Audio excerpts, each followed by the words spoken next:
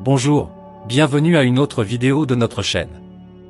Nous avons traduit ici les témoignages de personnes qui ont vécu des expériences de mort imminente et d'autres expériences spirituelles. Aujourd'hui, nous allons connaître l'histoire d'Orion Cahan. Il raconte qu'il est mort et a vu un avenir où la Terre sera dévastée et renaîtra une nouvelle humanité. Si vous n'êtes pas encore inscrit sur le canal, inscrivez-vous maintenant, laissez un commentaire avec votre nom et votre ville. Maintenant, écoutons le témoignage d'Orion. Bonjour, je m'appelle Orion Cahan, j'ai 42 ans et je vis dans une petite ville du sud des États-Unis. Je n'ai jamais été très croyant en des choses que vous ne pouvez pas voir ou toucher, vous savez.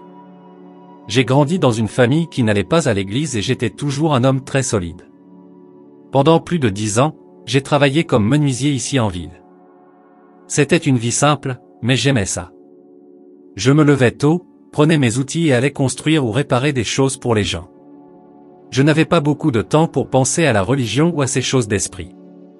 Mais regardez comment la vie tourne.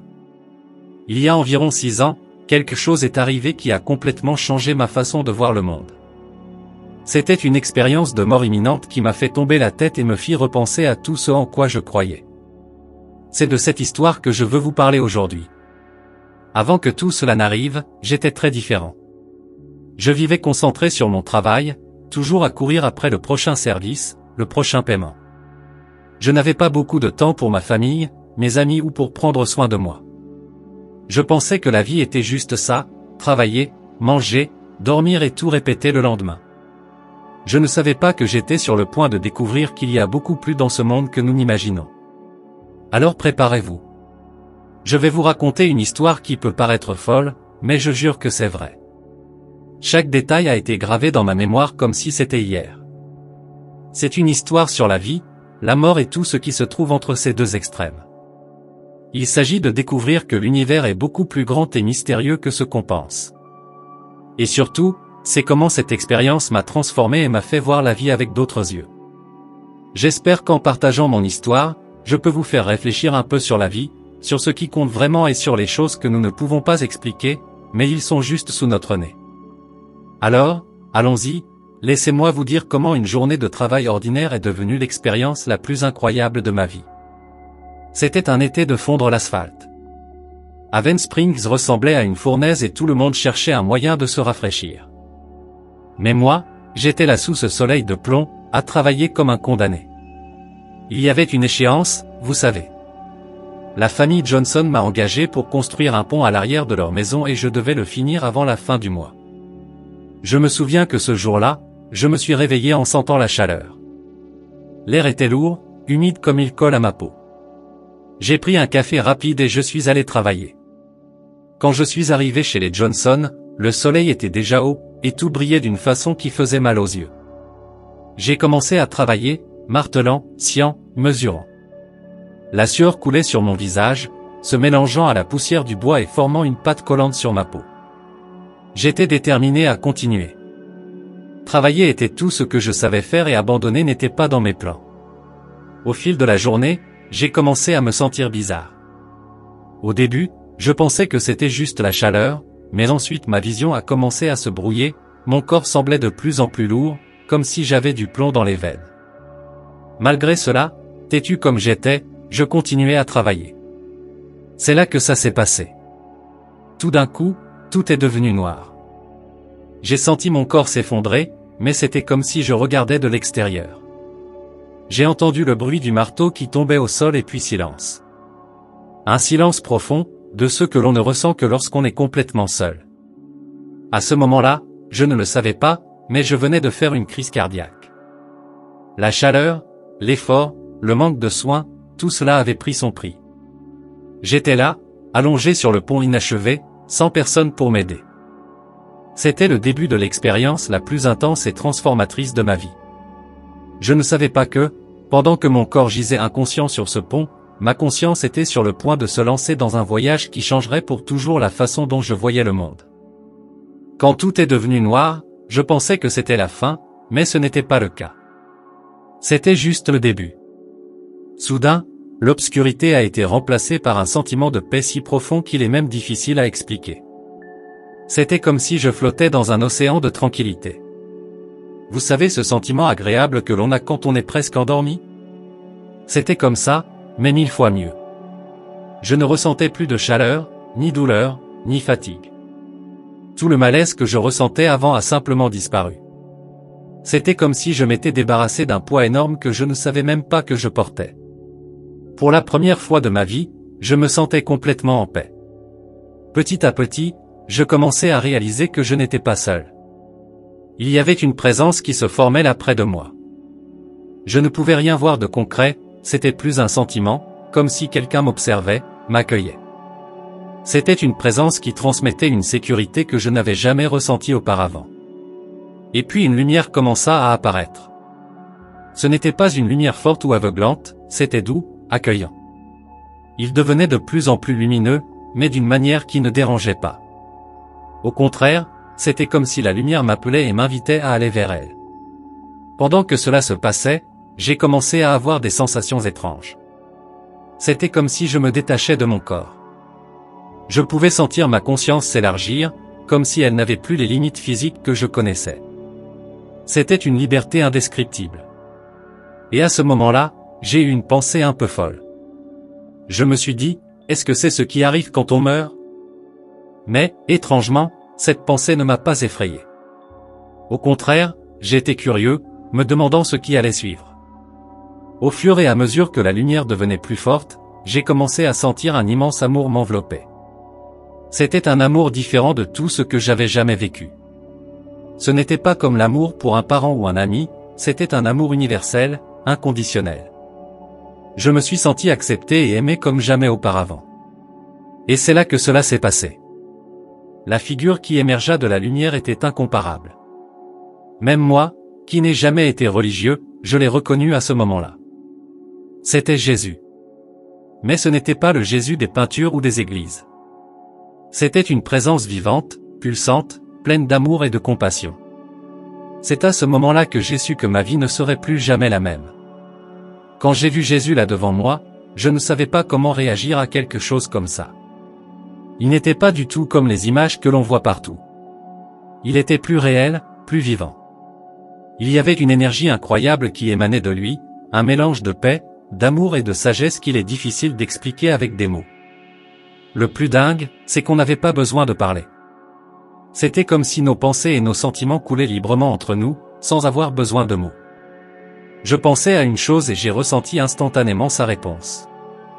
C'était une communication parfaite, sans malentendu. La première chose à laquelle je pensais, c'était « Pourquoi moi ?» Je n'ai jamais été un homme religieux, je n'ai jamais vraiment cru en ces choses. Pourquoi ai-je eu cette expérience? Et la réponse est venue comme une vague de compréhension. C'était comme si Jésus avait dit, la croyance n'est pas nécessaire pour grandir, le scepticisme fait partie du voyage de chacun. Cela m'a pris par surprise. J'ai toujours pensé que pour avoir une expérience spirituelle, il fallait être super religieux, tu vois. Mais j'étais là, un charpentier sceptique, en train de discuter avec Jésus. C'est alors que j'ai compris que les choses ne sont pas aussi simples qu'on le pense. Après ça, c'était comme si un barrage s'était rompu. J'ai commencé à poser beaucoup de questions sur la vie, la mort, l'univers et Jésus a répondu avec une patience et une clarté incroyables. Chaque réponse ouvrait mon esprit à de nouvelles possibilités, à des façons de voir le monde que je n'avais jamais envisagées auparavant. Une chose qui m'a beaucoup impressionné, c'est quand j'ai demandé à propos de la réincarnation. Jésus m'a montré une sorte de spirale de lumière. Chaque tour de la spirale était une vie, et tout était relié. C'était comme si chaque vie était une leçon, une opportunité d'apprendre et de grandir. Cela a complètement changé ma vision de la mort et du but de la vie. Je me suis aussi interrogé sur la souffrance et l'injustice dans le monde. C'est quelque chose qui m'a toujours dérangé, vous savez. Voir tant de gens traverser des épreuves alors que d'autres vivent dans le bon. Jésus m'a expliqué que même les vies les plus difficiles ont un but dans le contexte plus large. Chaque expérience, bonne ou mauvaise, contribue à notre croissance en tant qu'âme. Le temps semblait n'exister pas là.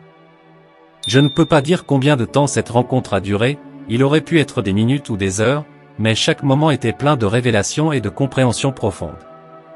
C'était comme si j'avais accès à toute la connaissance de l'univers, même pour un bref moment. Quand la rencontre a pris fin, je me suis senti transformé. C'était comme si j'avais vécu 1000 vies en quelques instants.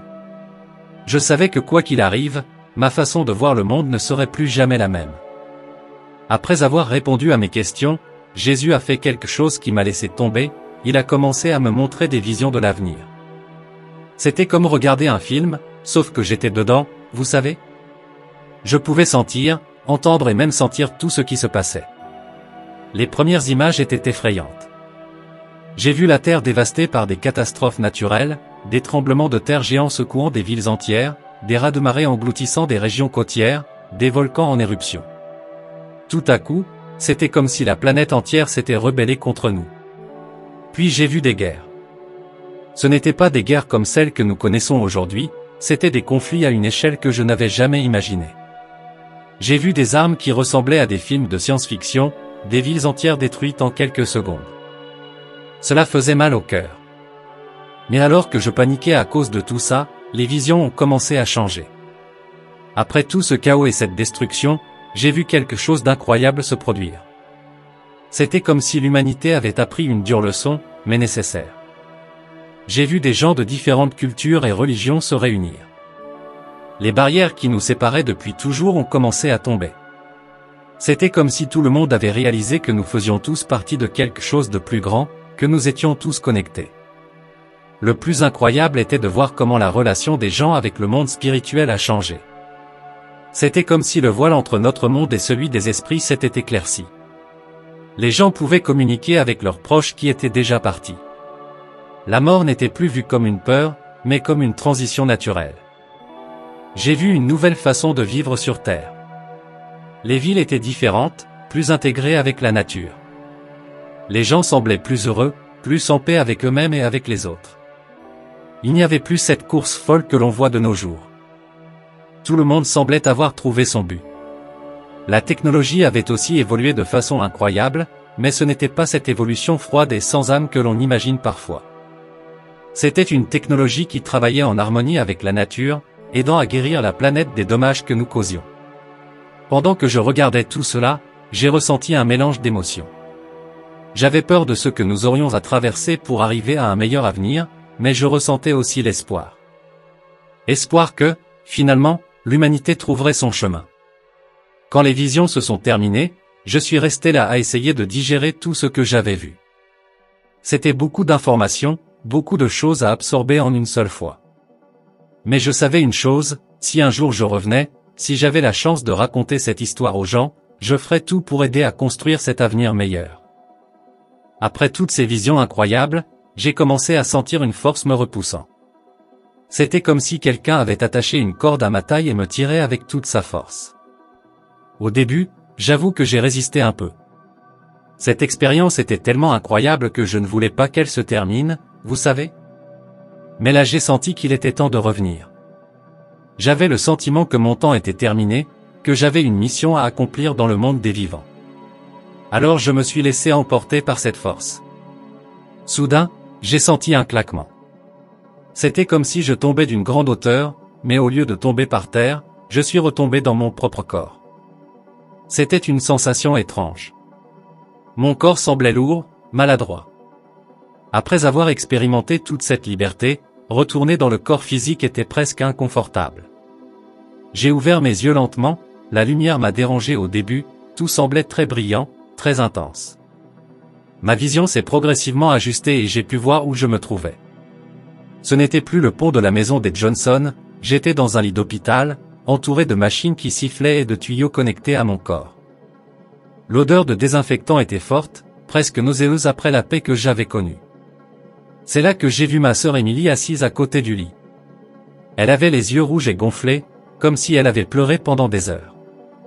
Quand elle a réalisé que j'étais réveillé, elle s'est levée de sa chaise et a recommencé à pleurer, mais cette fois-ci c'était des larmes de soulagement. « Orion, merci mon Dieu, tu es réveillé, dit-elle en me tenant la main. Je pensais que nous t'avions perdu. » J'ai essayé de parler, mais ma gorge était sèche et douloureuse. Émilie m'a donné un peu d'eau et m'a expliqué ce qui s'était passé. Je n'avais pas dormi depuis 3 jours. Apparemment, Monsieur Johnson m'avait trouvé évanoui sur le pont et avait appelé une ambulance. Les médecins ont dit que j'avais eu une crise cardiaque sévère et que j'étais presque morte. Pendant qu'Émilie parlait, j'essayais de tout assimiler. Il semblait avoir passé des années dans cette expérience avec Jésus, mais en fait, ce n'était que 3 jours. Il était difficile de concilier l'intensité de ce que j'avais vécu avec le peu de temps qui s'était écoulé dans le monde réel. Les jours suivants ont été difficiles. Mon corps était faible et douloureux. J'ai dû subir une série d'examens et commencer un traitement pour le cœur. Les médecins parlaient de changement d'habitude, de régime, d'exercice, mais dans ma tête, je ne pouvais penser qu'à l'expérience que j'avais vécue. Je ne l'ai dit à personne au début. Comment expliquer quelque chose comme ça? J'essayais encore de comprendre. En plus, j'avais peur que les gens pensent que je suis devenu fou ou que c'est un effet des médicaments. La reprise a été lente et parfois frustrante. Moi qui ai toujours été un homme actif, je devais maintenant faire attention à chaque mouvement. Mais pendant tout ce temps, le souvenir de mon expérience est resté vivant dans mon esprit. C'était comme si elle avait été gravée dans ma mémoire. Au fur et à mesure que je m'améliorais physiquement, j'ai commencé à ressentir un changement interne. Les choses qui semblaient si importantes auparavant, le travail, l'argent, le statut, semblaient maintenant petites par rapport à ce que j'avais vécu. Je sentais que j'avais un nouveau but, même si je ne savais pas encore exactement quel était ce but. Quand j'ai finalement été libéré de l'hôpital, je savais que je retournais dans un monde qui semblait le même, mais que je voyais avec des yeux complètement différents. Le retour à la vie normale ne faisait que commencer, et je n'attendais pas de savoir ce qui allait suivre. Rentrer chez moi après cette expérience était étrange, pour dire le moins. Tout semblait pareil mais en même temps complètement différent. C'était comme si j'avais mis une nouvelle paire de lunettes et que je pouvais maintenant voir des détails que je n'avais jamais remarqués auparavant. Les premiers jours, je passais des heures assis sur le balcon, à regarder le ciel, les arbres, les oiseaux. Des choses auxquelles je prêtais à peine attention semblaient maintenant pleines de sens. J'étais fasciné par la beauté et la complexité de l'univers. Je me suis intéressé à différentes formes de spiritualité. Moi qui n'avais jamais lu de manuel de philosophie ou de religions orientales, je dévorais maintenant des livres sur les expériences de mort imminente. C'était comme si j'avais réveillé une soif de connaissance que je ne savais même pas qu'elle existait. Mes rêves ont aussi changé. Avant, je me souvenais à peine de ce que je rêvais.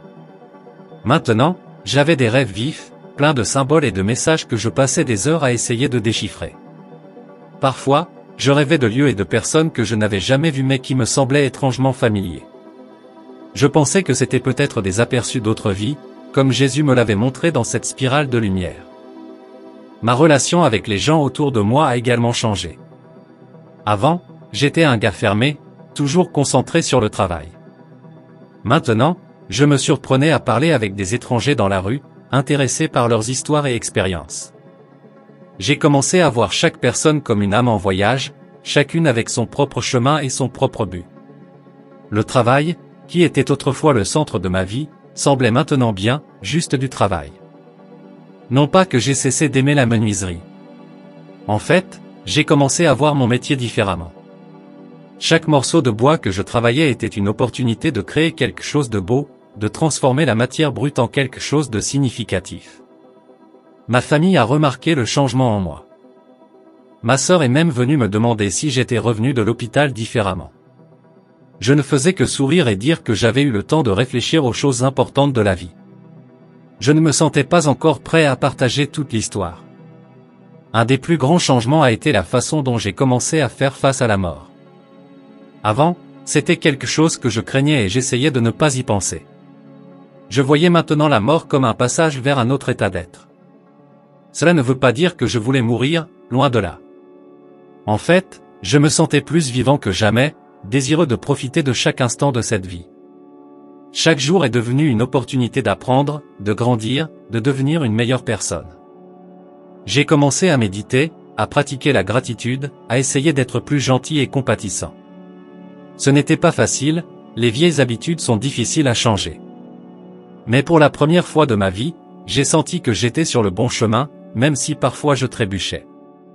C'était une période de profonde transformation interne, et j'ai commencé à sentir que ces changements devaient se refléter dans le monde extérieur aussi.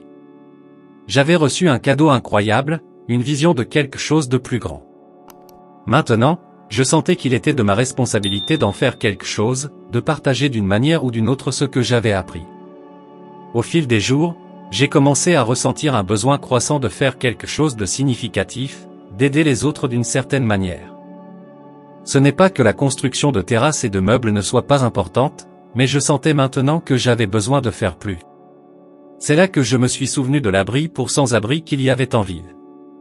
Je passais toujours devant, mais je n'avais jamais vraiment fait attention. Un jour, poussé par une impulsion que je ne comprenais pas moi-même, je suis entré et me suis porté volontaire. Au début, c'était un choc. Je n'avais jamais vécu de près avec des gens dans la rue. Leurs histoires étaient dures, pleines de tragédies et de difficultés que je ne pouvais même pas imaginer. Mais en même temps, j'ai trouvé là une humanité et une force qui m'ont impressionné. J'ai commencé par aider dans la cuisine, préparer et servir les repas. Puis j'ai commencé à utiliser mes compétences de charpentier pour faire des petites réparations dans le refuge. Je réparais des portes, des chaises, des tables, chaque pièce que je réparais était une façon de rendre la vie de ces personnes un peu meilleure. Avec le temps, j'ai commencé à parler davantage aux habitants du refuge, j'ai entendu leurs histoires, leurs rêves, leurs peurs. J'ai réalisé que beaucoup d'entre eux avaient des compétences incroyables qui n'étaient pas appréciées par la société. Il y avait des gens qui savaient cuisiner, coudre, réparer les choses. C'est là que j'ai eu une idée. J'ai parlé avec la directrice du refuge et proposé de créer un atelier de travail. L'idée était d'enseigner des compétences pratiques aux habitants, des choses qui pourraient les aider à trouver un emploi ou même à démarrer une petite entreprise. J'ai utilisé mes contacts dans le domaine de la construction pour obtenir des dons d'outils et de matériaux. Au début, c'était difficile. Beaucoup de résidents étaient découragés, ne croyant pas pouvoir changer de vie. Mais peu à peu, voyant que quelqu'un les croyait, ils ont commencé à s'engager. Voir la lueur dans les yeux d'une personne qui vient d'apprendre une nouvelle compétence, qui réalise soudainement qu'elle est capable de créer quelque chose de ses propres mains, était un sentiment incroyable. Un des moments les plus marquants a été quand l'un des résidents, un homme nommé Joe, a obtenu un emploi comme assistant de charpentier après avoir fréquenté nos ateliers pendant quelques mois. Voir sa joie, le sentiment d'avoir retrouvé ma dignité m'a fait réaliser que j'étais sur la bonne voie. Bien sûr, tout n'était pas des fleurs. J'avais des jours difficiles, des frustrations, des moments où je me demandais si je faisais vraiment la différence. Mais alors je me souvenais des visions que j'avais d'un avenir meilleur, et cela me donnait la force de continuer. Petit à petit, le projet a grandi. D'autres personnes de la communauté ont commencé à s'impliquer, en donnant du temps, des matériaux, des connaissances. Le refuge a commencé à être vu sous un autre jour par la ville. Ce n'était plus seulement un endroit où les sans-abri allaient dormir, mais un centre de transformation et d'espoir. Je continuais à travailler comme charpentier, bien sûr. J'avais des factures à payer, après tout. Mais maintenant, la plupart de mon temps libre était consacré à l'abri, et honnêtement, c'étaient les heures les plus gratifiantes de ma journée. Je sentais que j'avais trouvé mon but. Ce n'était pas de sauver le monde entier, mais de faire la différence dans ma petite partie du monde. Chaque vie que je pouvais toucher, chaque personne qui pouvait aider à se relever, était une façon de rendre ce que j'avais appris dans cette expérience incroyable. Et ainsi, jour après jour, j'essayais de construire, non seulement avec du bois et des clous, mais avec compassion et espoir, un monde un peu meilleur. C'était ma façon d'honorer ce que j'avais vécu et de préparer le chemin pour cet avenir que j'avais envisagé. Cela faisait presque 6 ans que j'avais vécu une expérience de mort imminente, et les choses allaient bien. Le travail dans l'abri continuait à croître, ma menuiserie était en pleine expansion et je sentais que j'étais sur la bonne voie. Mais une nuit de juin, j'ai fait un rêve qui a tout changé à nouveau. Dans le rêve, j'étais de retour à ce lieu de lumière où j'avais rencontré Jésus, mais cette fois-ci c'était différent. L'atmosphère semblait tendue, comme si quelque chose d'important allait se produire. Jésus apparut et son expression était sérieuse. « Orion, dit-il, de grands changements sont à venir. Le mois d'août sera crucial. » Avant que je puisse demander ce qu'il voulait dire, une série d'images a commencé à passer devant moi. J'ai vu des villes secouées par des tremblements de terre, des vagues géantes engloutissant les régions côtières, des volcans en éruption. C'était comme si la terre entière traversait une transformation violente. Mais ce n'était pas seulement des catastrophes naturelles. J'ai vu des gens dans les rues protester, je vois des conflits, des guerres. C'était comme si toute la structure de la société s'effondrait. J'étais terrifié par ces visions, mais en même temps je sentais qu'il y avait un but derrière tout cela. Alors les images ont changé. J'ai vu des gens se rassembler, s'entraider dans le chaos. J'ai vu des communautés se former, basées sur la coopération et le respect mutuel. C'était comme si, après toute la destruction, une nouvelle façon de vivre émergeait. Jésus se tourna alors vers moi et me dit, « Tu as un rôle important à jouer, Orion. Prépare-toi et aide les autres à se préparer. » Je me suis réveillé en sueur. Le rêve était si vif, si réel que j'ai mis quelques minutes à me situer et à réaliser que j'étais dans ma chambre. J'ai regardé l'horloge à 3h33. Les jours qui ont suivi, je n'ai pas pu me sortir le rêve de la tête. J'avais un sentiment d'urgence qui ne me laissait pas tranquille. J'ai commencé à prêter plus d'attention aux nouvelles, en particulier celles liées aux événements climatiques et géologiques. J'ai remarqué qu'il semblait y avoir une augmentation de la fréquence et de l'intensité des catastrophes naturelles dans le monde entier. En même temps, il ressentait un besoin croissant d'agir, de faire quelque chose pour aider les gens à se préparer à ce qui allait arriver. Je discutais avec mes amis et collègues de l'importance d'être prêt pour les urgences, de renforcer les communautés locales. Certains pensaient que j'exagérais, mais d'autres ont commencé à voir le sens de ce que je disais. Je suis revenu au refuge avec un nouveau but. J'ai commencé à organiser des conférences et des ateliers sur la préparation aux catastrophes. J'ai enseigné des techniques de survie de base, comme les premiers secours, la purification de l'eau et la construction d'abris d'urgence. La réponse a été positive, et bientôt d'autres volontaires se sont joints à moi, apportant leur propre spécialité. Le projet s'est développé et, en peu de temps, nous n'avons pas seulement aidé les résidents du refuge, mais aussi la communauté dans son ensemble. Les gens venaient pour apprendre, partager des connaissances et renforcer leurs liens. J'ai vu l'espoir s'épanouir dans la peur et l'incertitude. Je savais que je ne pouvais pas empêcher les changements annoncés de se produire, mais je pouvais aider à préparer les gens à les affronter avec courage et solidarité.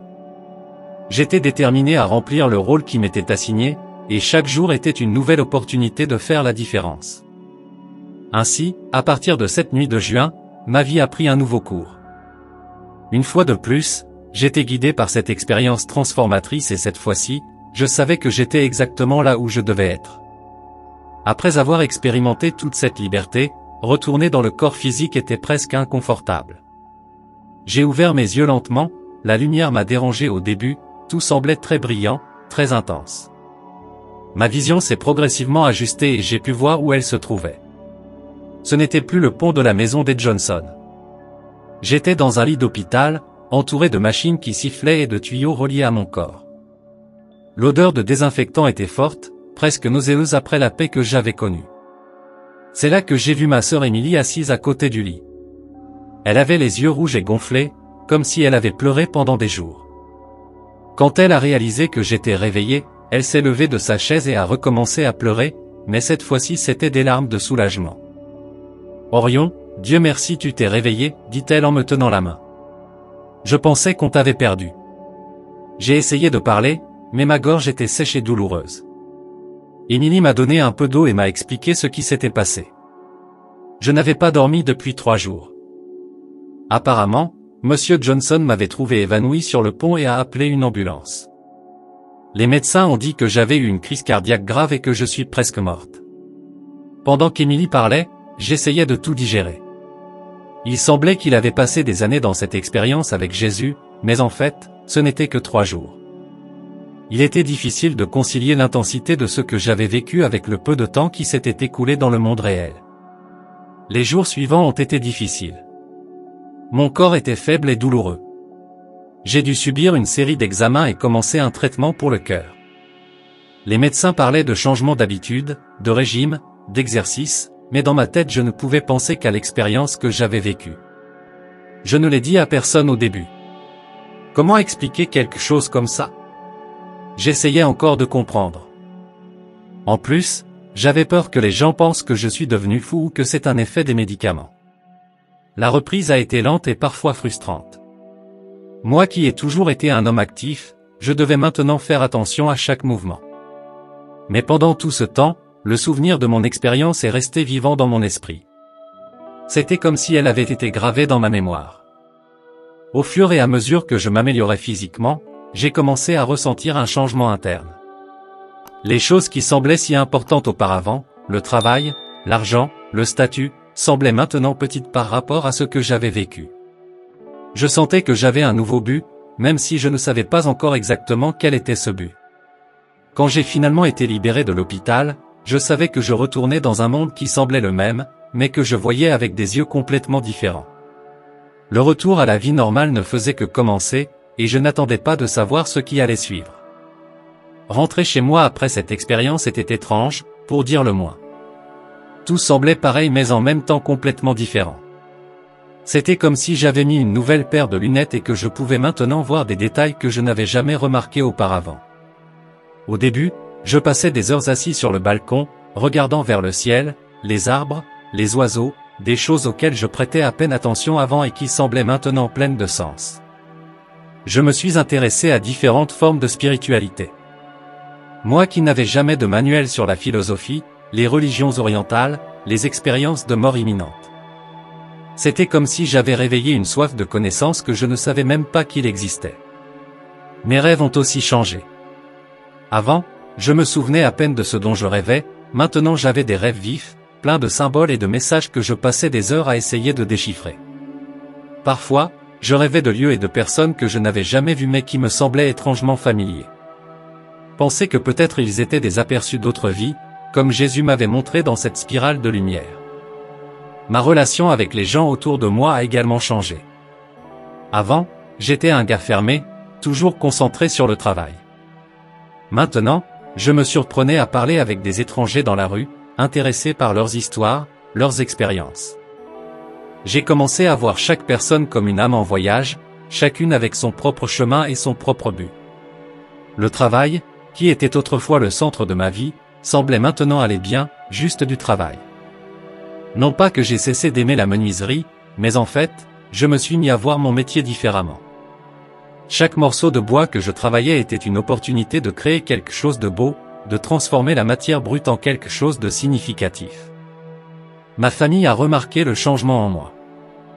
Ma sœur est même venue me demander si j'étais revenu de l'hôpital différemment. Je ne faisais que sourire et dire que j'avais eu le temps de réfléchir aux choses importantes de la vie. Je ne me sentais pas encore prêt à partager toute l'histoire. Un des plus grands changements a été la façon dont j'ai commencé à faire face à la mort. Avant, c'était quelque chose que je redoutais, qui essayait de ne pas penser à ce sujet. Je voyais maintenant la mort comme un passage vers un autre état d'être. Cela ne veut pas dire que je voulais mourir, loin de là. En fait, je me sentais plus vivant que jamais, désireux de profiter de chaque instant de cette vie. Chaque jour est devenu une opportunité d'apprendre, de grandir, de devenir une meilleure personne. J'ai commencé à méditer, à pratiquer la gratitude, à essayer d'être plus gentil et compatissant. Ce n'était pas facile, les vieilles habitudes sont difficiles à changer. Mais pour la première fois de ma vie, j'avais l'impression d'être sur la bonne voie, même si parfois je trébuchais. C'était une période de profonde transformation interne, et j'ai commencé à sentir que ces changements devaient se refléter dans le monde extérieur aussi. J'avais reçu un cadeau incroyable, une vision de quelque chose de plus grand. Maintenant, je sentais qu'il était de ma responsabilité d'en faire quelque chose, de partager d'une manière ou d'une autre ce que j'avais appris. Au fil des jours, j'ai commencé à ressentir un besoin croissant de faire quelque chose de significatif, d'aider les autres d'une certaine manière. Ce n'est pas que la construction de terrasses et de meubles ne soit pas importante, mais je sentais maintenant que j'avais besoin de faire plus. C'est là que je me suis souvenu de l'abri pour sans-abri qu'il y avait en ville. Je passais toujours devant, mais je n'avais jamais vraiment fait attention. Un jour, poussé par une impulsion que je n'ai pas moi-même bien comprise, je suis entré et me suis porté volontaire. Au début, c'était un choc. Je n'avais jamais vécu de près avec des gens dans la rue. Leurs histoires étaient dures, pleines de tragédies et de difficultés que je ne pouvais même pas imaginer. Mais en même temps, j'ai trouvé là une humanité et une force qui m'ont impressionné. J'ai commencé par aider dans la cuisine, préparer et servir les repas. Puis j'ai commencé à utiliser mes compétences de charpentier pour faire des petites réparations dans le refuge. Je réparais des portes, des chaises, des tables, chaque pièce que je réparais était une façon de rendre la vie de ces personnes un peu meilleure. Avec le temps, j'ai commencé à parler davantage aux habitants du refuge, j'ai entendu leurs histoires, leurs rêves, leurs peurs. J'ai réalisé que beaucoup d'entre eux avaient des compétences incroyables qui n'étaient pas appréciées par la société. Il y avait des gens qui savaient cuisiner, coudre, réparer les choses. C'est là que j'ai eu une idée. J'ai parlé à la directrice du refuge et proposé de créer un atelier. L'idée était d'enseigner des compétences pratiques aux habitants, des choses qui pourraient les aider à trouver un emploi ou même à démarrer une petite entreprise. J'ai utilisé mes contacts dans le domaine de la construction pour obtenir des dons d'outils et de matériaux. Au début, c'était difficile. Beaucoup de résidents étaient découragés, ne croyant pas pouvoir changer de vie. Mais peu à peu, voyant que quelqu'un les croyait, ils ont commencé à s'engager. Voir la lueur dans les yeux d'une personne qui vient d'apprendre une nouvelle compétence, qui réalise soudainement qu'elle est capable de créer quelque chose de ses propres mains, était un sentiment incroyable. Un des moments les plus marquants a été quand l'un des résidents, un homme nommé Joe, a obtenu un emploi comme assistant de charpentier après avoir fréquenté nos ateliers pendant quelques mois. Voir sa joie, le sentiment d'avoir retrouvé ma dignité m'a fait réaliser que j'étais sur la bonne voie. Bien sûr, tout n'était pas des fleurs. J'avais des jours difficiles, des frustrations, des moments où je me demandais si je faisais vraiment la différence. Mais alors je me suis souvenu des visions que j'avais d'un avenir meilleur, et cela m'a donné la force de continuer. Petit à petit, le projet s'est développé. D'autres membres de la communauté ont commencé à s'impliquer, en donnant du temps, des matériaux et des connaissances. Le refuge a commencé à être vu sous un autre jour par la ville. Ce n'était plus seulement un endroit où les sans-abri allaient dormir, mais un centre de transformation et d'espoir. Je continuais à travailler comme charpentier, bien sûr. J'avais des factures à payer, après tout. Mais maintenant, la plupart de mon temps libre était consacré à l'abri, et honnêtement, c'étaient les heures les plus gratifiantes de ma journée. Je sentais que j'avais trouvé mon but. Ce n'était pas de sauver le monde entier, mais de faire la différence dans ma petite partie du monde. Chaque vie que je pouvais toucher, chaque personne qui pouvait aider à se relever, était une façon de rendre ce que j'avais appris dans cette expérience incroyable. Et ainsi, jour après jour, j'essayais de construire, non seulement avec du bois et des clous, mais avec compassion et espoir, un monde un peu meilleur. C'était ma façon d'honorer ce que j'avais vécu et de préparer le chemin pour cet avenir que j'avais envisagé. Cela faisait presque 6 ans que j'avais vécu une expérience de mort imminente, et les choses allaient bien. Le travail dans l'abri continuait à croître, ma menuiserie était en pleine expansion et je sentais que j'étais sur la bonne voie. Mais une nuit de juin, j'ai fait un rêve qui a tout changé à nouveau. Dans le rêve, j'étais de retour à ce lieu de lumière où j'avais rencontré Jésus, mais cette fois-ci c'était différent. L'atmosphère semblait tendue, comme si quelque chose d'important allait se produire. Jésus apparut et son expression était sérieuse. « Orion, dit-il, de grands changements sont à venir. Le mois d'août sera crucial. » Avant que je puisse demander ce qu'il voulait dire, une série d'images a commencé à passer devant moi. J'ai vu des villes secouées par des tremblements de terre, des vagues géantes engloutissant les régions côtières, des volcans en éruption. C'était comme si la terre entière traversait une transformation violente. Mais ce n'était pas seulement des catastrophes naturelles. J'ai vu des gens dans les rues protester, je vois des conflits, des guerres. C'était comme si toute la structure de la société s'effondrait. J'étais terrifié par ces visions, mais en même temps je sentais qu'il y avait un but derrière tout cela. Alors les images ont changé. J'ai vu des gens se rassembler, s'entraider dans le chaos. J'ai vu des communautés se former, basées sur la coopération et le respect mutuel. C'était comme si, après toute la destruction, une nouvelle façon de vivre émergeait. Jésus se tourna alors vers moi et me dit, « Tu as un rôle important à jouer, Orion. Prépare-toi et aide les autres à se préparer. » Je me suis réveillé en sueur. Le rêve était si vif, si réel que j'ai mis quelques minutes à me situer et à réaliser que j'étais dans ma chambre. Je regardais l'horloge à 3h33 du matin. Les jours qui suivirent, je ne pouvais pas me sortir le rêve de la tête. J'avais un sentiment d'urgence qui ne me laissait pas tranquille. J'ai commencé à prêter plus d'attention aux nouvelles, en particulier celles liées aux événements climatiques et géologiques. J'ai remarqué qu'il semblait y avoir une augmentation de la fréquence et de l'intensité des catastrophes naturelles dans le monde entier. En même temps, il ressentait un besoin croissant d'agir, de faire quelque chose pour aider les gens à se préparer à ce qui allait arriver. Je ne savais pas exactement comment me préparer ou aider les autres à se préparer. Après tout, que fait-on quand on reçoit un avertissement sur de grands changements planétaires? Ce n'est pas comme si je pouvais aller dire aux gens que j'avais un rêve prophétique et que la fin du monde était proche. J'ai décidé de faire les choses à la base. Dans le refuge, j'ai commencé à organiser des ateliers sur la préparation aux urgences. On apprend aux gens à monter des trousses de survie, à avoir un plan d'évacuation, à identifier les endroits sûrs en cas de catastrophe.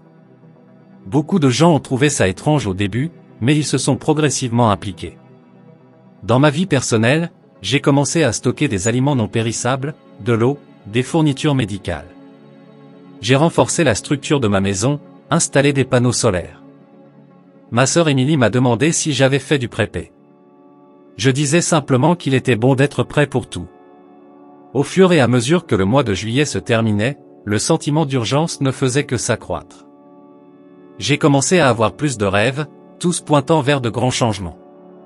Parfois, je me réveillais au milieu de la nuit avec la certitude que quelque chose d'important était sur le point de se produire. Et ainsi, avec un cœur serré et un esprit plein de doutes, je me préparais à ce que le mois d'août pourrait apporter. Je ne savais pas à quoi m'attendre exactement, mais j'étais sûr d'une chose, le monde tel que nous le connaissions était sur le point de changer et je devais être prêt à faire ma part. Me voilà, assis sur mon balcon, regardant le ciel de Haven Springs et réfléchissant à tout ce qui s'est passé ces 6 dernières années. C'est dur de croire que ce type accro au travail et sceptique que j'étais, s'est transformé en la personne que je suis aujourd'hui. Mon expérience de mort imminente a tout changé. Elle m'a montré qu'il y avait beaucoup plus dans ce monde que nous ne pouvons voir ou toucher. Il m'a appris que chaque vie a un but, que nous sommes tous connectés d'une manière qui va au-delà de notre compréhension. Depuis, j'ai essayé de vivre chaque jour avec gratitude et détermination. Le travail au refuge, les personnes que j'ai rencontrées et aidées, les leçons que j'ai apprises, tout cela a été un incroyable voyage de croissance et de découverte. Je ne vais pas mentir, ce n'est pas toujours facile. Parfois, je me demande si tout cela s'est vraiment passé, si ce n'était pas juste une hallucination causée par le manque d'oxygène dans le cerveau, comme certains médecins l'ont suggéré. Mais alors je me souviens du sentiment de paix, de l'amour inconditionnel que j'ai ressenti, des visions que j'ai eues, et je sais au fond de mon cœur que c'était réel. Et maintenant, avec ce rêve doux et les changements qui vont venir, je me sens à la croisée des chemins. Une partie de moi veut l'ignorer, prétendre que c'était juste un rêve fou, mais une autre partie, la partie qui a été transformée par cette expérience il y a 6 ans, c'est que je dois le prendre au sérieux. Je ne sais pas exactement ce que l'avenir réserve, si les visions que j'ai eues vont se réaliser, si le monde va vraiment passer par cette transformation dramatique, mais je sais que, quoi qu'il arrive, je veux être prêt à aider, à faire la différence. En y repensant, je vois comment chaque étape de ce voyage m'a mené jusqu'ici, la crise cardiaque qui m'a presque tué, la rencontre avec Jésus, les visions du futur, le travail à l'abri, et maintenant, un avertissement sur ce qui va arriver. Tout semble faire partie d'un plan plus grand, même si je ne vois pas le tableau complet. Peut-être est-ce précisément parce que j'étais sceptique que cette expérience a été si puissante. Peut-être que mon histoire pourrait toucher d'autres personnes qui, comme moi, n'ont jamais cru à ces choses. Montrer qu'il y a beaucoup plus dans l'univers que nous ne pouvons expliquer ou comprendre. Je ne sais pas si je partagerai un jour publiquement toute cette histoire. J'ai peur d'être ridiculisé, d'être traité de fou, mais je sens aussi que j'ai une responsabilité. Si ce que j'ai vu est vrai, si de grands changements sont vraiment à venir, peut-être que mon expérience pourrait aider d'autres personnes à se préparer, non seulement physiquement mais spirituellement. Pour l'instant, je continue à vivre jour après jour, en essayant d'être une meilleure personne, en aidant qui je peux, en me préparant à ce que le futur peut m'apporter. Et surtout, en gardant mon cœur et mon esprit ouverts aux leçons que l'univers a à m'enseigner. Si j'ai appris une chose de tout ça, c'est que la vie est bien plus mystérieuse et merveilleuse qu'on ne l'imagine. Qu'il y a de la beauté et du but même dans les moments les plus difficiles. Et qu'au bout du compte, nous sommes tous connectés, chacun faisant partie de quelque chose de bien plus grand que nous. Donc, quoi qu'il arrive en août, quoi que le futur nous réserve, je suis prêt. Prêt à relever les défis, à aider ceux qui en ont besoin, à continuer d'apprendre et de grandir. Parce que je sais maintenant que chaque moment, chaque expérience, chaque personne que nous rencontrons sur le chemin fait partie de notre voyage d'évolution en tant qu'âme. Et ainsi, le cœur plein de gratitude et les yeux tournés vers l'horizon, je vais de l'avant, prêt pour le prochain chapitre de ce voyage incroyable que nous appelons la vie.